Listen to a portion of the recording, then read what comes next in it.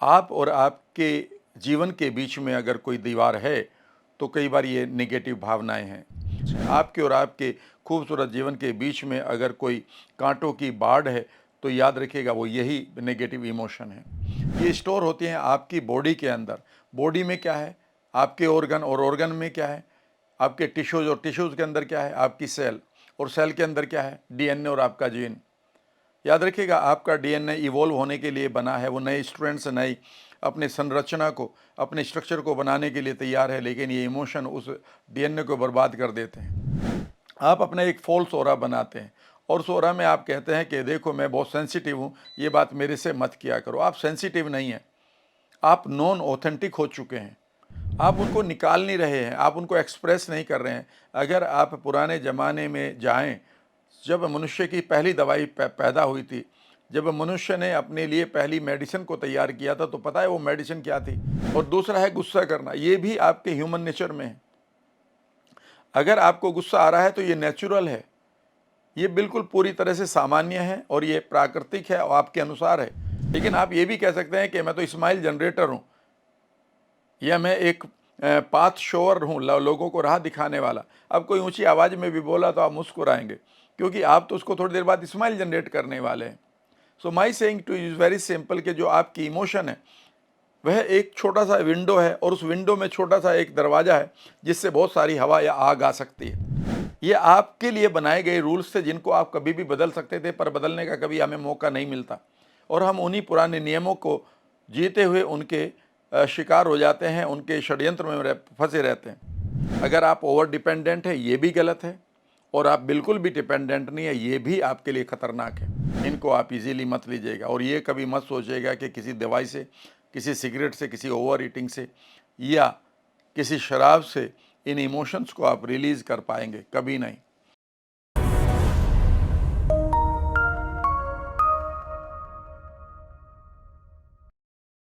Friends, कई बार life एक ऐसे मोड़ पर लाकर हमें खड़ा कर देती है जहाँ पर ऐसा लगता है कि जो कुछ भी हमने पाया, जो कुछ भी हमने सीखा, जो कुछ भी हमने गेन किया, वो हमारे लिए गौण यानी कि बेकार हो जाता है। बाकी लाइफ को हम ऐसा देखने लगते हैं कि मानो वो पूरी तरह से हमारे लिए अंधकार में है। जी हाँ फ्रेंड्स, जब मैं इस वीडियो को आपके साथ शेयर कर रहा हूँ तो मैं बड़े दुख के साथ कहना चाहता हूँ कि पिछले 2-3 दिनों में I met a young girl से अराउंड अबाउट 27-26, जो सिजोफ्रेनिक हो गई है, यानी कि एक ऐसे बीमारी के जाल में फंस चुकी है जहाँ से निकलना असंभव ही लगता है करीब करीब। अगर कोई मैजिक हो जाए, कोई जादू हो जाए तो वो दूसरी बात है। सोचिए कि एक ऐसी बीमारी जहाँ पर आप अपने मन का कंप्लीट कंट्रोल खो चुके हैं, आपको अपने बिहेवियर का नहीं पता। कभी वो लड़की एक अगरबत्ती से, जलती हुई अगरबत्ती से अपने गालों को जलाती है, तो कभी नसें काटती है। कभी सड़क पर वो क्या कहते हैं कि किसी व्हीकल के सामने आने के लिए भागती है। सोचिए कितना पेनफुल होगा उस फैमिली के लिए, और पूरी फैमिली का ही सब कुछ समझ लीजिए दांव पर लग गया है। वहीं पर मैं दूसरे एक यंग बॉय को देखता हूं जो ये मुझे कह रहा है कि सर, मुझे डॉक्टर ने कहा है कि मेरी सेल के अंदर अनवांटेड ग्रोथ है जिसको वो कैंसर में बदल सकती है कभी भी। वहीं पर मुझे दूसरे लोग मिलते हैं जो कह रहे हैं कि मैं अपने डर से बाहर नहीं आ रहा हूं, या मुझे एंग्जाइटी इतनी रहती है कि मैं घर से बाहर भी नहीं निकलता हूं, लोगों से बात करते हुए डर लगता है, कई बार सपने खराब दिखाई देते हैं, हेलुसिनेशन रहता है। आखिर हो क्या रहा हमारी सोसाइटी को? कहाँ हमने गलती कर दी? इस वीडियो में मैं आपके साथ शेयर करूंगा, और उस पर मैं एक पहलू को लूँगा। बहुत सारे पहलू हैं बात करने के लिए। तो अगर आप चाहते हैं इस वीडियो को किसी को शेयर करना तो ज़रूर करिएगा, क्योंकि यहाँ पर मैं आपको सिर्फ वीडियो नहीं बना रहा हूँ बल्कि आपको एक मास्टर क्लास दे रहा हूँ। और जब मैं मास्टर क्लास की बात कर रहा हूँ तो फ्रेंड्स, मैं आपके लिए शेयर करूँगा कि किस तरह से हम एक वर्ड जिसको हम अपनी भावनाएं या इमोशंस कहते हैं, उनके साथ हम एक बहुत बड़ा षड्यंत्र यानी कि सेल्फ सेबोटाज खेलते हैं।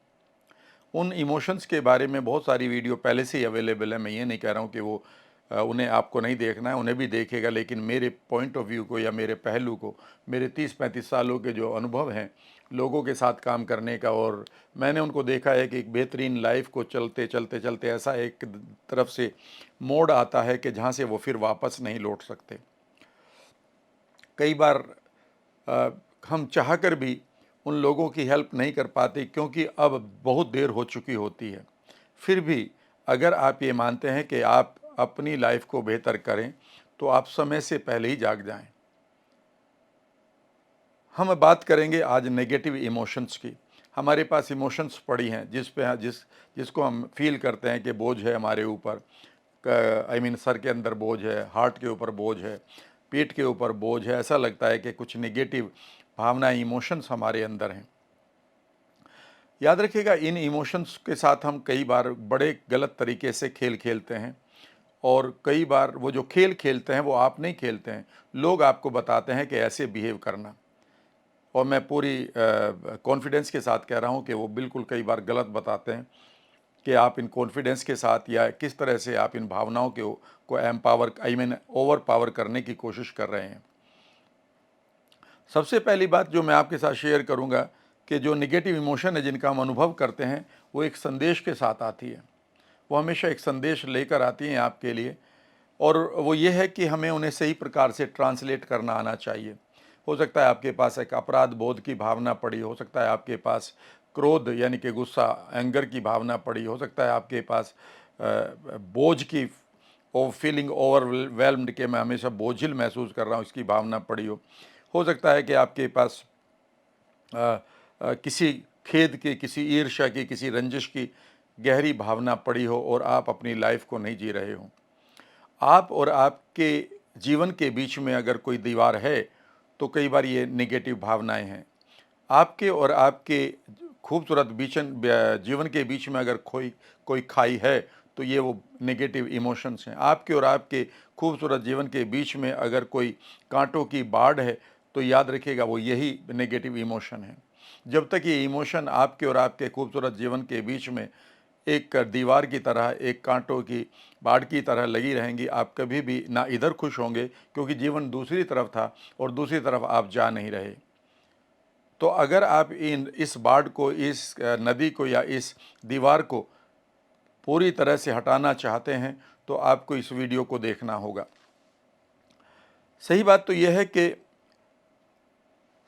ये मात्र इमोशन की चुनौती नहीं है हमारे पास। अगर हमारे पास कोई भी नेगेटिव इमोशन बहुत समय तक रहेगी, तो यूँ समझिएगा कि एक समय ऐसा आएगा कि जब ये इमोशन हमारे अंदर एक बीमारी का रूप ले लेगी, हमारे माइंड को पूरी तरह से ओवर पावर यानी कि कंट्रोल में कर लेगी, और फिर हमें ये नहीं पता होगा कि मैं इस पल में क्या करूं और इस पल में क्या करूं। ऐसा लगेगा कि मेरी पर्सनालिटी जो है वो डुअल पर्सनालिटी हो गई है। डुअल की बात छोड़िए, मल्टीपल पर्सनालिटी हो रही है। एक व्यक्तित्व में आपको लगता है कि आप ठीक हैं, आप लोगों से प्यार करते हैं, और सडनली दूसरी पर्सनालिटी आपको पूरी तरह से कंट्रोल कर लेती है, जिसमें आपका बीपी अलग हो जाता है, शुगर अलग हो जाती है, आपके पैटर्न अलग हो जाते हैं, आप कई बार हंसने लगते हैं, कई बार रोने लगते हैं, कई बार लोगों को अटैक करने लगते हैं। ये ऐसा होता है कि हम चूंकि इनको ना तो इंटरप्रेट करते हैं, ना ही इनको ऑनर करते हैं, और हम कई बार ये कहते हैं कि ये दो चीज़ों से ठीक होंगी, जबकि ये दोनों चीज़ों से ठीक ही नहीं होगी। कई बार हम कहते हैं कि विल पावर लगा के हम इन इमोशंस को रोकेंगे। आप कैसे विल पावर से अंदर की पड़ी हुई पस को, मवाद को, अगर आपके घाव से वो बाहर आना चाह रही है, कैसे रोक सकते हैं? नहीं रोक सकते।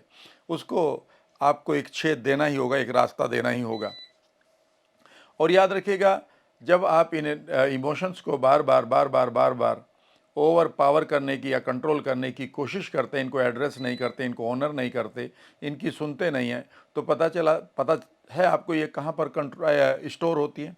ये स्टोर होती हैं आपकी बॉडी के अंदर। बॉडी में क्या है? आपके ऑर्गन, और ऑर्गन में क्या है? आपके टिश्यूज़, और टिश्यूज़ के अंदर क्या है? आपकी सेल, और सेल के अंदर क्या है? डीएनए और आपका जीन। याद रखिएगा, आपका डीएनए इवॉल्व होने के लिए बना है, वो नए स्टूडेंट से नई अपने संरचना को, अपने स्ट्रक्चर को बनाने के लिए तैयार है, लेकिन ये इमोशन उस डीएनए को बर्बाद कर देते हैं। आपके जीन के ऊपर नेगेटिव इम्प्रिंट होने शुरू हो जाते हैं इन इमोशन के लिए के कारण। और फिर आपको ऐसा लगता है कि कोई भी इन इमोशन को जैसे ट्रिगर करता है, कोई बात कहकर या कोई ऐसी सिचुएशन क्रिएट हो जाती है आपके चारों तरफ कहीं भी, तो अचानक ये इमोशन ट्रिगर हो जाती हैं। और ये जैसे इमोशन ट्रिगर हुई, यानी कि ये अपने आप से बाहर होना शुरू हुई, तो ये आपको पूरी तरह से कंट्रोल कर लेती हैं और आपको पता भी नहीं चलता। आपको लगता है कि आप रेशनली बिहेव कर रहे हैं, लेकिन आप रेशनली बिहेव नहीं कर रहे हैं। उस समय आप इन इमोशंस के कंट्रोल से बिहेव कर रहे हैं। कभी आप गलत खाना खाएंगे, कभी आप गलत तरीके से बिहेव करेंगे। इतना भी होता तो काफ़ी होता है। याद रखिएगा, ये इमोशन ही बीमारी का रूप ले लेते हैं जब ये आपके सेल में पड़ी होती हैं और आप इनको एड्रेस नहीं करते। यहाँ पर एक चीज़ मैं आपको बताना चाहता हूँ, कई बार लोग कहते हैं मैं बड़ा सेंसिटिव हूँ या मैं बहुत इमोशनल हूँ। याद रखिएगा, आप ना सेंसिटिव हैं ना इमोशनल हैं। बेसिकली आप अपने अंदर कुछ एक बेकार की इमोशंस को भरे हुए हैं और उन इमोशंस को कोई ट्रिगर ना करे। ध्यान से सुनिए, उन इमोशन को कोई छेड़े ना, उन इमोशन को कोई टच ना करे। आप हमेशा अपने चारों तरफ एक फॉल्स ऑरा यानी कि एक डरावना बबल क्रिएट करते हैं। कई बार आप उन लोगों के साथ नहीं बैठते जिनको मन तो आपका करता है। कई बार आप उन बातों को नहीं सुनना चाहते जो आपके इस इमोशन को टच कर दे और ये अचानक उफान लेकर एक ज्वालामुखी की तरह फट ना जाए। तो आप क्या करते हैं, आप अपना एक फॉल्स ऑरा बनाते हैं और उस ऑरा में आप कहते हैं कि देखो मैं बहुत सेंसिटिव हूँ, ये बात मेरे से मत किया करो। आप सेंसिटिव नहीं हैं, आप नॉन ऑथेंटिक हो चुके हैं, क्योंकि आपके अंदर पहले जो गारबेज नहीं था वह गारबेज भर चुका है और वो आपके एक एक सेल के अंदर जा चुका है। सोचिए, ऐसे में अगर आपका लाइफ पार्टनर ही है, आपके फादर है, आपकी मदर है, आपका बेटा है, आपकी बेटी है, आपका और पार्टनर है बिजनेस का पार्टनर, अगर वो अपनी ऑथेंटिक पर्सनालिटी से, एक जेन्युइन पर्सनालिटी से किसी बात को कह रहा है और अचानक वो बात आपको बुरी लग रही है, तो समझ लीजिएगा कि आपके पास कोई ना कोई ऐसी इमोशन है जो इस समय ट्रिगर हो रही है। तो कई बार हम लोग बाहर की दुनिया को कहते हैं कि ये दुनिया ऐसी है वैसी है, लेकिन बेसिकली दुनिया तो आपको नेट ट्रिगर देती रहेगी, उसे आप नहीं रोक सकते। अगर अब मैं ये कहने लगूँ साहब मुझे जैसी सफ़ेद कार दिखाई देती है तो मुझे गुस्सा आता है, ये सारी दुनिया की सफ़ेद कारें हटा दो, तो क्या ये एक समाधान होगा? कल आप कहेंगे कि मुझे तो पीली कार से भी फिर ट्रिगर होती है गलत इमोशन, या काली कार से भी होती है, तो अब सारी कारें हटेंगी क्या इस देश की? यह पॉसिबल नहीं है। ये कभी ऐसा नहीं होगा कि दुनिया आपके अनुसार या आपके इस इमोशन को ट्रिगर नहीं करेगी। वो ट्रिगर करना भी नहीं चाहती है, लेकिन आप उसका एक ट्रिगर बनाए बैठे हैं, जिससे अचानक आप अपने बिहेवियर को पूरी तरह से अनकंट्रोल्ड पाते हैं और आप बीमारी के शिकार हो जाते हैं। इसका मतलब आगे ये समझने की कोशिश करिए, जब मैं आपके लिए नोट्स बना रहा था, बाहरी सतह पर ऐसा लगता है कि चारों लोग आपके लिए समस्या हैं। बाहरी सतह पर आपको ऐसा लगता है कि जो चारों तरफ के लोग हैं वो आपके लिए एक समस्या है, एक चेतावनी है, पर ऐसा नहीं है। समस्या ये है कि हमें यही नहीं पता है कि इन इमोशंस को हम कैसे एड्रेस करें। कई बार विल पावर और कॉन्फिडेंस और क्या कहते हैं जी, आत्मशक्ति जैसे शब्द हमें दे दिए जाते हैं, जो बेकार के शब्द हैं जब इमोशन की बात होती है। कैसे आप कर लेंगे कि जो चीज़ अनकॉन्शियस में आपके पड़ी है उसे आप कॉन्शियस से कैसे ठीक कर लेंगे? अगर आपका कोई सामान एक शहर में खोया है तो वो सामान दूसरे शहर में कैसे ढूंढोगे? आप उसी जगह तो ढूंढना पड़ेगा जहाँ पर आप रख कर आए थे। अब कैसे करें इनको इंटरप्रेट, और तो थोड़ी सी बातें मैं आपके साथ शेयर करूँगा। सबसे पहले तो अगर आप अपनी बड़ी बीमारियों से बचना चाहते हैं, याद रखिएगा ये इमोशन जो हैं, अभी मैं बताऊंगा इस वीडियो में कि कैसे ये इमोशन बेसिकली बीमारी में कन्वर्ट हो जाती हैं, सिजोफ्रेनिया में कन्वर्ट हो जाती है, अल्जाइमर में कन्वर्ट हो जाती हैं, और उस समय फिर आप उनके सिम्टम की बात करते हैं। कई बार लोग कहते हैं कि साहब मुझे गुस्सा आता है तो गुस्से के लिए कोई वीडियो बना दो। अरे भैया, गुस्सा तो एक पेड़ के पत्ते हैं, फूल हैं, फल हैं। रोज़ मुझे जो मैसेज लिखते हैं वो यही लिखते हैं लोग, सब मुझे रूमेटाइड अर्थराइटिस हो गया, कोई टेक्निक बता दो, मुझे माइग्रेन हो गया, कोई वीडियो बना दो, मेरी बॉडी में पेन रहता है, कोई वीडियो बना दो, मुझे कॉन्स्टिपेशन रहता है, कोई वीडियो बना दो, मुझे गुस्सा मुझे अपराध बोध रहता है, कोई वीडियो बना दो। लो, मैं बना रहा हूँ ना वीडियो। इन सब चीज़ों का नाम हटा दो एक तरफ से, ये तो लक्षण है बाद में आने वाले। इससे पहले तो बहुत कुछ आपके अंदर हो चुका है। इससे पहले जो अंदर हो चुका है वही आपका फाउंडेशन, वही आपकी नींव है। उस नींव को आपको समझना होगा। पहली तो बात यह है कि अगर आपके पास कोई भी अनवांटेड इमोशन आपके अंदर पड़ी है तो पहली चीज़ है कि आप उसे एक्नॉलेज करना शुरू करें। लोग उसे एक्नॉलेज ही नहीं करते। लोग एक्नॉलेज ही नहीं करते कि उनके अंदर कोई चीज़ भरी पड़ी है। वो अपने गार्बेज को दबाए रखते हैं, और कई बार इन्हें मैं डिफेंसिव ओप्रेसर कहता हूँ। यानी कि आपके अंदर एक भरा पड़ा है कोई इमोशन, पर आप दुनिया को ये दिखा रहे हैं कि आप बड़े शांत हैं। आप उनको निकाल नहीं रहे हैं, आप उनको एक्सप्रेस नहीं कर रहे हैं। अगर आप पुराने ज़माने में जाएं, जब मनुष्य की पहली दवाई पैदा हुई थी, जब मनुष्य ने अपने लिए पहली मेडिसिन को तैयार किया था, तो पता है वो मेडिसिन क्या थी? वो कोई काढ़ा नहीं था, वो कोई गोली नहीं थी, वो कोई इंजेक्शन नहीं था, वो कोई चीर-फाड़ नहीं थी। वो पहली दवाई थी कि आप रोना शुरू करें, आप खेलना शुरू करें, आप रोना दहाड़ देकर रोना शुरू करें, ताकि आपके अंदर जो इमोशन भरी पड़ी है, जिसके कारण वो बीमारी आई है, वो थकान, वो कैंसर, वो रूमेटॉइड अर्थराइटिस आया, वो एक बार फ्लो के साथ बाहर हो जाए। जब तक आपके अंदर एक कांटा भर लगा रहेगा, आई मीन चुभता रहेगा, तब तक आप कितनी गोलियां खाएंगे? अगर आपके जूते में ही कंकड़ है, तो कितनी डिस्प्रिन खाएंगे आप? कब कितनी भी खाते रहिएगा, आपका दर्द खत्म नहीं होने वाला। अगर आप ये कहें कि मैं एक इंजेक्शन लगाकर आप अपने पैर को नम कर लूँगा, सुन्न कर लूँगा, तो कर लीजिएगा। लेकिन जैसे ही चलेंगे, आपको उस सुन्नता का और भी ज़्यादा नुकसान ये होगा कि अब आपके पैर से खून निकल रहा होगा और आपको ये भी नहीं पता चलेगा कि खून कितना निकल गया, और ये खून की कमी ही आपकी मौत का कारण बन सकती है। तो हमें अपनी इमोशंस के प्रति सुन्न होना सबसे बड़ा खतरनाक है, और यही कारण है कि जो मैंने बताया है कि एक यंग लड़की सिजोफ्रेनिया की शिकार हो रही है और एक यंग लड़का कह रहा है कि मुझे कैंसर हो रहा है। लोगों के रिश्ते टूट रहे हैं, कोई डर से परेशान है, कोई एंग्जाइटी से परेशान है, कोई पैनिक अटैक से परेशान है। वो इन चीज़ों से परेशान नहीं है, वो एक चीज़ से परेशान है कि उनके पास अनवांटेड इमोशन भरी पड़ी है, और वो दुनिया को ये दिखा रहे हैं कि हम ओके हैं। मत दिखाइए, ये ड्रामा मत करिएगा। याद रखिएगा, इनको ठीक करने के लिए मैं चीज़ें आपके साथ शेयर करूंगा अभी। दूसरी चीज़ है कि ये इमोशन, या ये जो अंदर पड़ी इमोशन है, ये मात्र एक संदेश दे रही है कि कुछ करिए आप। उस वो जो पस है जो आपके घाव के अंदर भरी पड़ी रहती है, वो जब पेन करती है, रात को चस चस चस होती है, वो आपको पेन नहीं कर रही है, वो एक संदेश दे रही है कि भैया फटाफट डॉक्टर के पास जाकर इसको चीरा लगवा लो, मैं बाहर निकलने के लिए तैयार हूँ। और लगते ही देख लेना, बिल्कुल ऐसा लगता है कि पेन खत्म हो गया। इसका मतलब है कि जब तक आप इस बीमारी को लिए घूम रहे हैं, इस दर्द को लिए घूम रहे हैं, तो समझ लीजिएगा कि आपकी जो पस है वो रुकी हुई है। तीसरी चीज़ है कि आपको विल पावर से ना ओवर पावर नहीं करना। इसे दूसरी बार सुन लीजिएगा, मैं पूरे होशो आवाज़ में बोल रहा हूँ। दुनिया को ये मत दिखाइए कि विल पावर से मेरे अंदर की इमोशन दब गई हैं, मैंने उनकी इमोशन के ऊपर कंट्रोल कर लिया। तुम कौन हो कंट्रोल करने वाले? इमोशन 86 बिलियन न्यूरॉन में पड़ी होती है और 60 ट्रिलियन सेल्स में पड़ी होती है, और आपका कॉन्शियस माइंड 1% तो उसकी पावर नहीं है पूरी बॉडी पर। आपकी बॉडी के ऊपर जो पावर है आपकी इमोशंस की है। किसी कोबरा को देखकर जो आपको इमोशन आती है, आपका बॉडी कांपने लगती है। कितनी आप विल पावर से लगेंगे? अगर आपको पहले से ही बता रखा है और आपकी इमोशन फाइनल हो गई है कि इस अंधेरे में भूत है, तो उस अंधेरे में जाते ही आपको उस भूत को महसूस करने का मौका मिलेगा, और आप उससे बच नहीं सकते कि विल पावर से आज नहीं डरूंगा। आप कहेंगे हाँ जी मैं डर नहीं रहा हूँ। ऐसे मैंने बहुत सारे लोग देखे हैं कि जब वो गाना गाने लगते हैं, डर लगता है, तो वो सिर्फ सप्रेस कर रहे हैं उस इमोशन को, एक्नॉलेज नहीं कर रहे हैं, सप्रेस कर रहे हैं। सप्रेस करने से काम नहीं चलेगा। उस इमोशन को आपको एड्रेस करना होगा, ऑनर करना होगा, उसको सुनना पड़ेगा। अब कई बार लोग कहते हैं कि साहब मुझे गुस्सा बहुत आता है, या मुझे गिल्ट बहुत रहती है। बहुत सारी इमोशन की बात मैं करूंगा धीरे धीरे सीरीज में।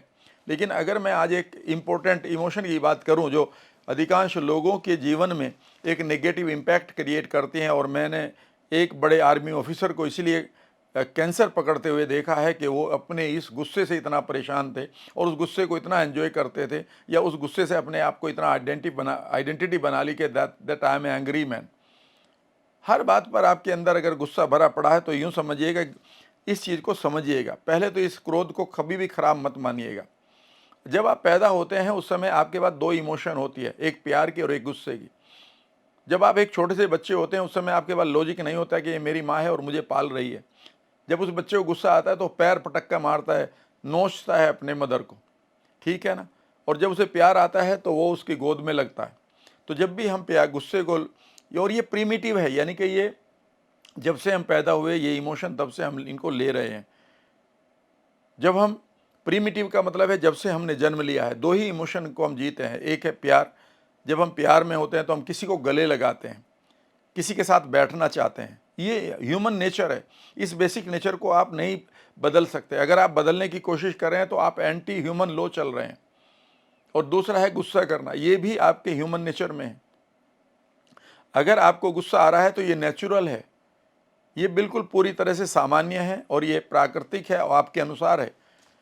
याद रखिएगा, मैं एक किताब को पढ़ रहा हूं, उसमें लिखा है कि गुस्सा या क्रोध एक सुंदर और बदलाव लाने वाली भावना है। सुंदर, तो इसका मतलब ये नहीं है कि क्रोध को रखना है तुम्हें क्योंकि ये सुंदर भावना है। नहीं, आपको ये करना है कि इस क्रोध को पहचानना है कि इसमें मैं क्या बदलाव ला सकता हूं, और जब आपके जीवन में उस क्रोध की वजह से कोई बदलाव आएगा तो फिर लगता नहीं कि ये एक सुंदर भावना हो गई आपके लिए। भाई, कोई भी मोमेंट आपके लिए अगर खूबसूरत बदलाव लाता है तो वही तो मोमेंट आपके लिए खूबसूरत है।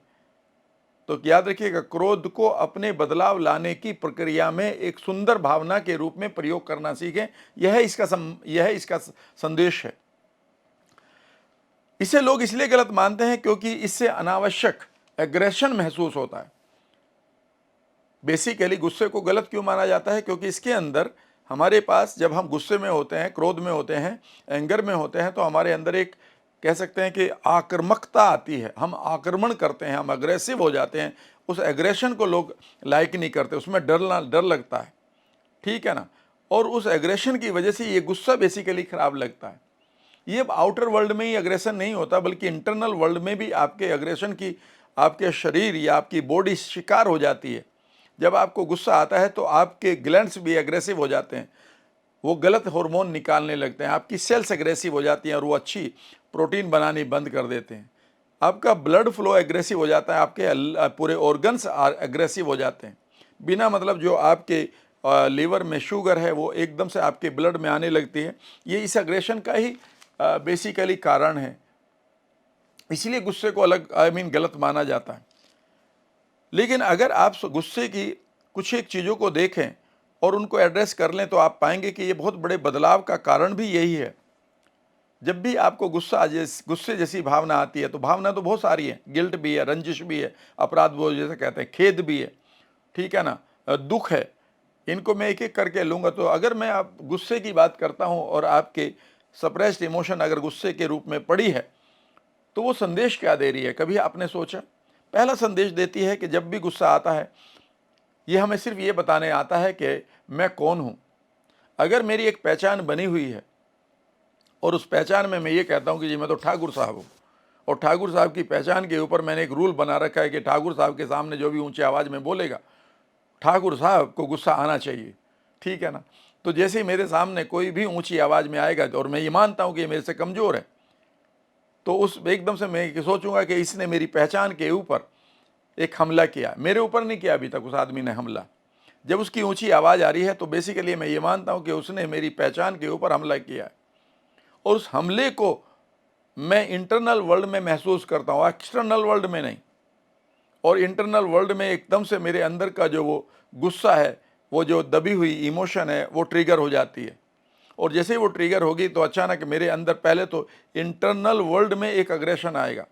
मेरे हो सकता है कि ब्रेथ पाइप टाइट हो जाए, मेरे सर के अंदर हथौड़े बजने लगे, मेरा बीपी बढ़ जाए, मेरी शुगर एकदम से बढ़ जाए, ठीक है ना, मेरी ग्लैंड्स एकदम से नेगेटिव हार्मोन्स रिलीज करना शुरू कर दें। जब उसका इम्पैक्ट मेरी बॉडी को झेलना नहीं आता चूँकि, तो मेरी बॉडी अब उससे रिलीज पाना चाहती है, और वो एकदम से या तो मारपीट करने के लिए या अपशब्द कहने के लिए, चिल्लाने के लिए मुझे प्रेरणा देगी। तो याद रखिएगा, ये जो बिहेवियर है गुस्से का, ये एक प्रेरणा है बॉडी की कि वो ये चाहती है कि इस समय मैं एक बहुत बड़े पेन से गुजर रही हूँ क्योंकि मैंने इमोशनल अटैक को महसूस किया है और मुझे रिलीफ चाहिए। तो जब आप गुस्से में किसी भी काम को करते हैं तो ये एग्रेशन जो है, दुनिया को और आपको बाद में बुरा लगता है, लेकिन उस समय आपकी बॉडी रिलीज कर लेती है। इसका मतलब यह है कि अगर आप इस भावना को, इस एंगर, क्रोध की इस इमोशन को सुने, तो वो ये कह रहा है कि भाई अपने आप को एक्सप्रेस पहले कर लिया करो, और एक्सप्रेस करने से पहले तो ये तो देख लो कि तुम कौन हो।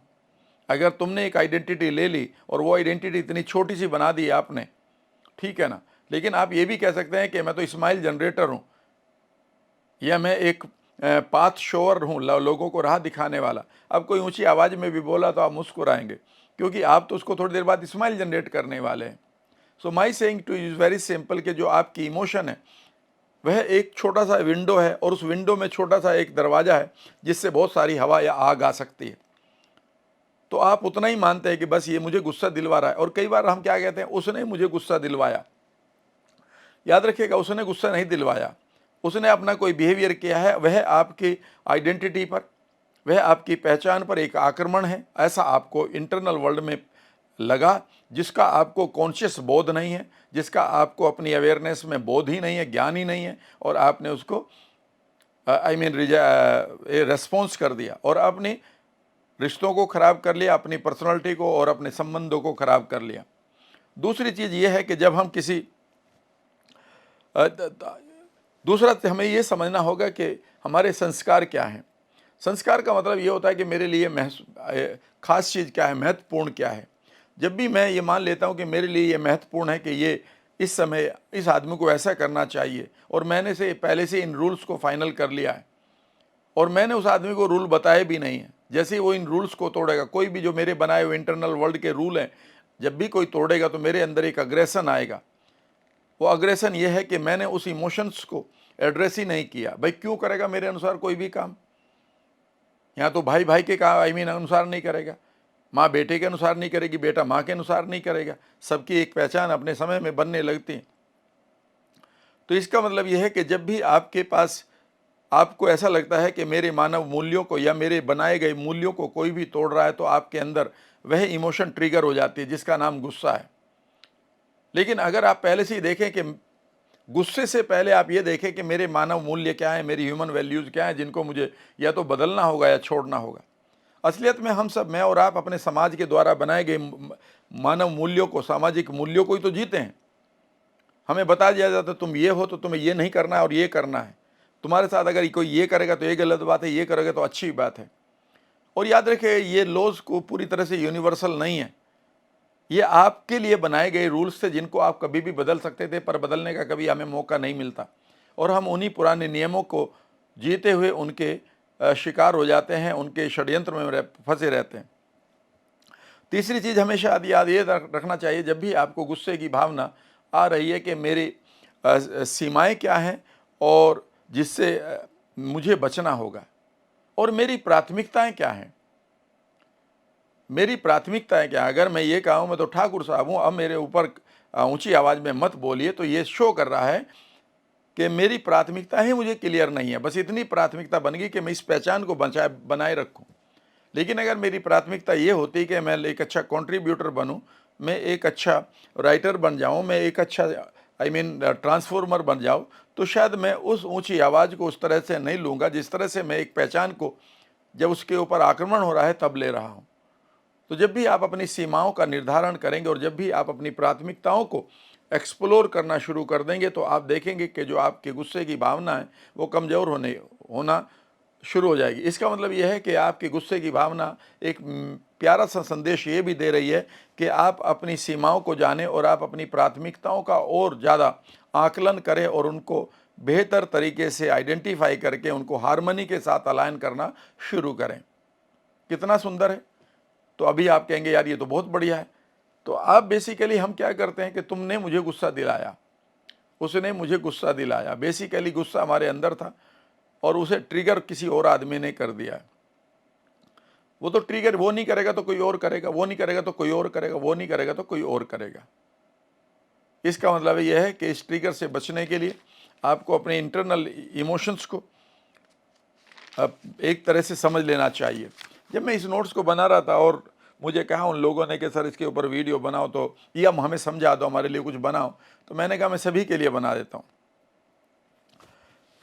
एक चीज़ और भी समझने की कोशिश करिएगा, हमें यह भी समझना होगा कि जो दबी हुई भावनाएं हैं आपके अंदर, रंजिश की भावना दबी हुई है, घृणा की दबी हुई है, किसी के प्रति आप जीलसी करते हैं, किसी के प्रति खुद के प्रति अपराध बोध है, खुद के प्रति एक खेद है, ठीक है ना, खुद के प्रति डर लग रहा है, खुद को देखना नहीं चाहते हैं, ठीक है ना।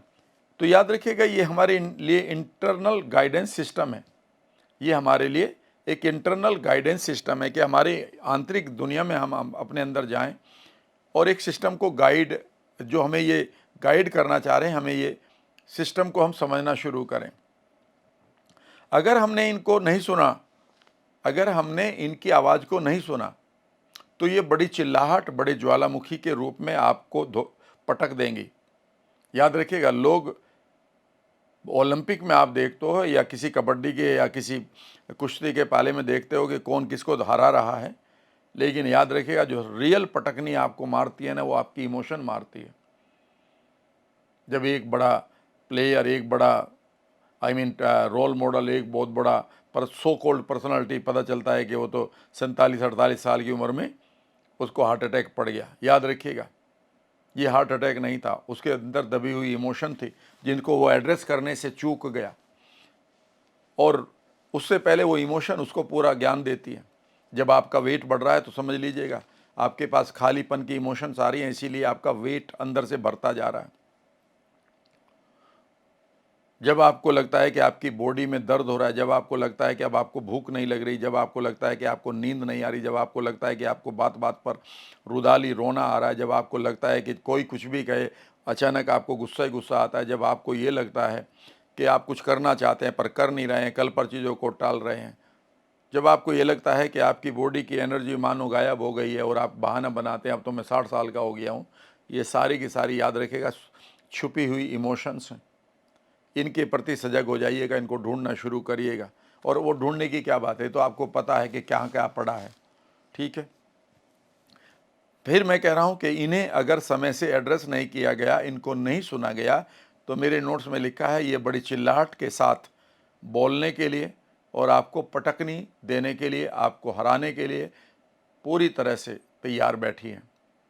इनको आप इजीली मत लीजिएगा और ये कभी मत सोचिएगा कि किसी दवाई से, किसी सिगरेट से, किसी ओवर ईटिंग से या किसी शराब से इन इमोशंस को आप रिलीज़ कर पाएंगे, कभी नहीं। यह आपके बॉडी के एक एक डीप डीएनए तक चली जाती है। बस आप सिर्फ इतना सा करिए कि आप इनको एड्रेस करना शुरू करिए। और एक बात और भी मैं बताना चाहता हूँ आगे ख़त्म करने से पहले इस टॉपिक को, वो ये है कि आप इन दबी हुई भावनाओं को पुश नहीं कर सकते। ये नहीं कहते कि आप इनको विल पावर से या किसी इनको पुश करके आप हटा देंगे। ये जो दीवारें हैं ये टूटेंगे नहीं, इनको समझना होगा। याद रखिएगा, जितना इन्हें आप पुश करना, जितना इनको आप धकेलना चाहेंगे अपने से परे, ये उतना ही ताकतवर होकर आपके सामने खड़ी होगी। ठीक है ना। इसलिए याद रखिएगा, यहाँ पर आपको विल पावर का नहीं बल्कि एड्रेसिंग पावर का इस्तेमाल करना है। विल पावर से कुछ नहीं होगा, एड्रेसिंग पावर है, यानी कि इनको एड्रेस करना शुरू करिए। ठीक है ना। मैं आपको एक बात बता रहा हूँ आगे भी, ये इमोशन कहाँ से पैदा होती हैं या किस कुछ चीज़ है। जब आप बड़े हो रहे होते हैं ना, तो आपको एक खतरनाक बिलीफ दिया जाता है, वो खतरनाक भी है और खतरनाक नहीं भी है। जब भी आप किसी चीज़ को एक्सट्रीम पर ले जाएंगे ना, पानी आपके लिए बढ़िया है ना, पीना चाहिए ना, लेकिन अगर मैं कहूँ कि 100 लीटर पानी अभी पियो, पीना ही पीना है आपको, तो आप परेशान हो जाएंगे ना। खाना आपके लिए अच्छा है, लेकिन अगर मैं कहूँ 10 किलो खाना खाना तो पेट फट जाएगा ना। आपके लिए दौड़ लगाना अच्छा है, लेकिन अगर मैं कहूँ कि अभी 200 किलोमीटर दौड़ो तो आपका सिस्टम ख़राब हो जाएगा ना। तो बेसिकली हमारी सोसाइटी जो है या आसपास के लोग जो हमें देते हैं, वो एकदम से एक्सट्रीम पॉइंट देते हैं। और एक खतरनाक बिलीफ जो आपको दिया गया है इन लोगों को जो बेसिकली इमोशनल पटकनी के शिकार हो रहे हैं, उन्हें ये दिया गया है कि बी सेल्फ सफिशिएंट बनो और किसी की वैलिडेशन की ज़रूरत नहीं है आपको, किसी के प्रेजेंस की ज़रूरत नहीं, किसी कंपनी की ज़रूरत नहीं है। तो बेसिकली अगर आप दूसरे को चाहते हो अपनी लाइफ में कि भाई मुझे किसी की साथ चाहिए, किसी का मुझे कंपनी चाहिए, किसी का मुझे प्यार चाहिए, किसी का मुझे प्रशंसा चाहिए, किसी की मुझे वैलिडेशन चाहिए, और अगर आप ये कहते हैं कि ये सेल्फ डिफिशिएंसी का सिंड्रोम है, प्रतीक है, तो याद रखिएगा ये बिल्कुल गलत है। और आपको क्या पढ़ाया गया? आपको ये पढ़ाया गया कि सेल्फ सफिशिएंट बनो, और मैं कह रहा हूँ ये गलत है। और मैं कह रहा हूँ सेल्फ सफिशिएंट भी बनो। यहाँ पर आपको दो चीज़ समझनी होगी। ह्यूमन नेचर जस्ट इसका उल्टा है। ह्यूमन नेचर इसका उल्टा है। जब से आप पैदा हुए हैं, किसी छोटे से बच्चे को देखिएगा जो अपने आप को हील कर लेता है, जो ग्रो करता है, वो हमेशा किसी के साथ जुड़ना चाहता है।